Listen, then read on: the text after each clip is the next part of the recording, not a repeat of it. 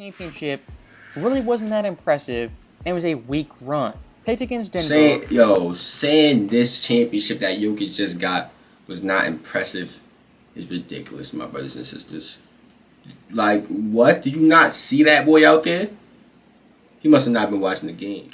What's going on, y'all? Today we got Nikola Jokic gets attacked by the NBA media. Let's get into it. So, as you guys know right now, crazy, the Denver Nuggets man. He just had an historical run, in this man. year's finals, Historical ending a 47-year drought of 0 say. titles for the Nuggets franchise. And before Denver even clinched the championship, one false narrative that was slowly building that this Nuggets team faced no competition and had an easy road to the title. That's cap. As what some fans are doing, they're purely looking at seeding for the teams Denver played. That's cap. The Lakers was better than the 7th seed. The Heat was better than the 8th seed, you know. The Suns was a great team. They walked all over all these dudes, you know. Minnesota being the 8th seed, Suns being the 4th seed, Lakers being the 7th seed, and of course Miami also being an 8th seed. And when it comes to prominent NBA media figures, you have someone like Chris Mannix saying this championship really wasn't that impressive and it was a weak run. And to give you guys some context, Chris Mannix picked against Denver. Saying this championship that Jokic just got was not impressive is ridiculous, my brothers and sisters. Like, what? Did you not see that boy out there? He must have not been watching the games. Must have, because that boy was bugging. As well as the Lakers. It was more than making the NBA Finals, impressive. But Denver simply wasn't interested. I said that because I was more than impressed. You know what I'm saying? Let's hear Chris Mannix's argument for Denver not having a tough championship and for Jokic not having an all-time great postseason run. Do you view Jokic's playoff run as all-time great? Or do you view it more as just like something more along the lines of like what Kawhi Leonard did in 2019, where it's like a legit finals MVP run, but no one's looking at him as like, you know, the all-time greats, if that makes sense? Yeah, it's a good question. I don't look at it as an all-time great playoff run because of kind of what you alluded to. They didn't have a peer really that they went up against, an equal. So stopping it right there's a lot to cover. As this guy with a straight face said this playoff run by Jokic was not an all-time great playoff run. And why he believes that is because Denver as a team, quote-unquote, didn't have a peer to go up against. Basically, they was better than everybody else. They was too good, basically what Let's he said. put Like, that comment on the back burner and focus solely on Jokic and his all-time great playoff run. As Jokic in these playoffs averaged 30 points per game, 13.5 boards, 9.5 assists, a triple on double, 55, 30-point 46, triple-double. and 80 splits. That's damn For near Denver, 60, he was a leader 50, in every category 80. except steals. And for the entire playoffs, led in points, rebounds, and assists. The only player in NBA history to accomplish that feat. Also some history he made for a playoff run all time. No player besides Jokic had 600 points, 150 boards, and 150 assists in a playoff run. And past that, looking at triple-doubles, Jokic in this run had 10 total.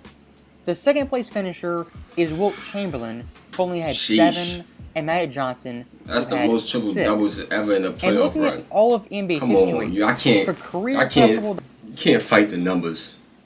You know, stats not everything. Context is very important. And the context is he was bugging. You know what I'm saying? Chilltown from Players' Choice said it best.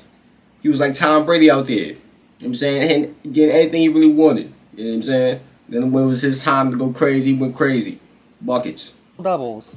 Jokic in this run by himself, just one singular run, ranks 6th all time.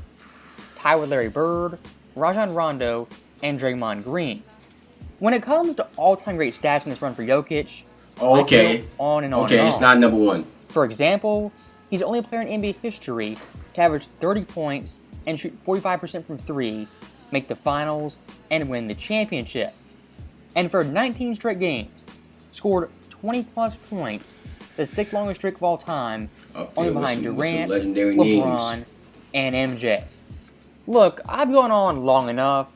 I don't want to bore you with the stats and these mundane details, as what I want to get to is Chris Mannix's major point about Denver's run, as he very clearly said Denver in this run didn't have a quote-unquote peer, and because of that, this championship isn't impressive and an all-time great run.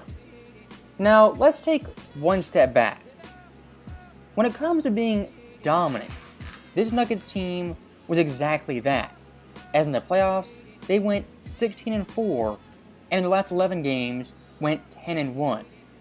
With that in mind, look at the 0-1 Lakers. They went 15-1 en route to the championship. Does that team being so dominant, not having a quote-unquote peer, diminish how great Shaq was, how great Kobe was, how great that team was? I just said that, y'all. I just said that, collective? man. Come on. It don't even Obviously make not. sense. Look at the It 91 don't even Bulls, make sense. Jordan's first championship. They lost only 2 games en route to that title. Does that mean the Bulls and Jordan didn't have an all-time great run because they squashed the NBA's talent? Of course not, because MJ of the Year individually had a great run combined with team dominance. So the question I ask you guys, and even Chris Mannix, why is it different for Jokic and this Nuggets team? Phoenix, as talented as they were, we all knew the flaws with that team, not the least of which was chemistry, of having only played a handful of games together before the playoffs started. I was as on board with the Lakers as anyone. I give the Nuggets credit for rolling through them in 4 straight, but they were certainly a flawed team, and now it's Miami. And I'm not going to dismiss Miami as just an 8 seed. Miami's better than that, but it's not the. I'd probably feel differently about Jokic if he had gone through Boston or Milwaukee or in a matchup with Joel Embiid in Philadelphia. I mean, Boston now, went through stopping them. it right there. I mean, hindsight the Heat went through is something them. to always admire, because even Stevie Wonder, with hindsight, has 20/20 vision. And everything this guy They said won 4 games. after 4 games. You win 4 games in the series against a team. You was the better team that year. the fact, and after It Denver is- beat it is what Phoenix it is. and Los Angeles. And like I said earlier, Unless Chris something Mannix drastic picked happens, like a Denver drastic to lose injury, both things those like that. series. And very important to highlight, I've said it over and over again. Going to the Phoenix series, that team was rolling in 11-1 post the KD trade.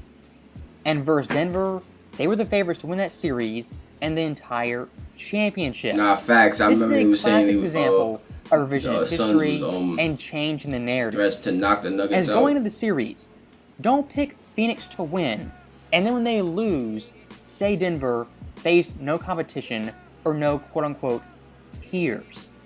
Even looking at the Lakers in the West Finals, going into that series, they were the hottest thing going. As a round prior, they beat the Warriors, Facts. and before that, destroyed the Grizzlies. And the media at the time was saying LeBron James had his deepest team, Anthony Davis, he was back, and their team defense was the best in the NBA. But after a sweep, 1, 2, 3, 4, all in a row, that narrative completely flipped. And now Chris though. Mannix is calling the Lakers a flawed team. And this guy with a straight face said he would have been more impressed in the finals if Jokic beat the Celtics, Bucks, or 76ers, and not the Heat. Think about that for a second. In the Eastern Conference, who beat Boston and Milwaukee? Think about it for a second. There had to be a team who beat both those teams. I feel you. Oh yeah, Uncut. that was the Heat who Jokic beat feel you, in the gang. finals. And Like, how speaking they- of Philly, like, it that don't even team make top to sense. bottom was a laughingstock and a joke in the Eastern Conference. And even a year prior, that same Heat nucleus beat Philly in under 7 games. When you try oh so hard to downplay a team and a player, you twist yourself in knots and look absolutely foolish like Chris Mannix. To get to that next level of superstar, that all-time great level of superstar, I want to see him go up against a team that is just, you consider they're equal, or even consider they're better, to beat someone that you're you're staring down and you're the You're just underdog considering in teams out. that position by a sizable amount. So, stopping it right there, let me see if I'm following. Because the Nuggets and Jokic weren't down in a series, back against the wall, 100-1 underdogs, that makes this championship not as impressive. Jokic being so great, so dominant, not being down in a series is somehow a flaw for him and his team. Look, for NBA championships, not every ring is in the 2011 Mavericks, 2016 Cavs, or 95 Rockets. It's not going to be some underdog story for the ages every single finals. And once again, looking back at someone like Jordan, Shaq, and Kobe, in their final series for the most part, they were always the favorites, and not once massive underdogs. Does that take away from those players their championships and the rings they won? Absolutely not. I've always said that, like, one of my favorite things about sports We're talking all facts is right now. when adversity forces an athlete to dig down to a level of greatness that even he didn't know was there. And as dominant as Jokic has been in this run, it has not been a run that's been full of adversity. So, legitimate championship, probably one of the most unstoppable offensive playoff runs I've ever seen. In just in sheer, like, watching the TV, you're like, oh, there's literally nothing you could do with this guy. You know, like that kind of thing. And stopping that right there, at this point, That's the end of this one, y'all. Uncut by the Red Lord. They get him upset. I understand, my boy. They chatted. They basically saying he was too dominant, and they didn't have anything for him. Like, okay, so that just goes to show you how great this run was, this playoff run. You know. Yeah, man, that's the end of this one. Y'all know what to do. Share the video with your peers on your social media platforms. I'd appreciate it. You know what I'm saying? Click the last reaction, like the video, comment, and subscribe. And I'm out of here, man.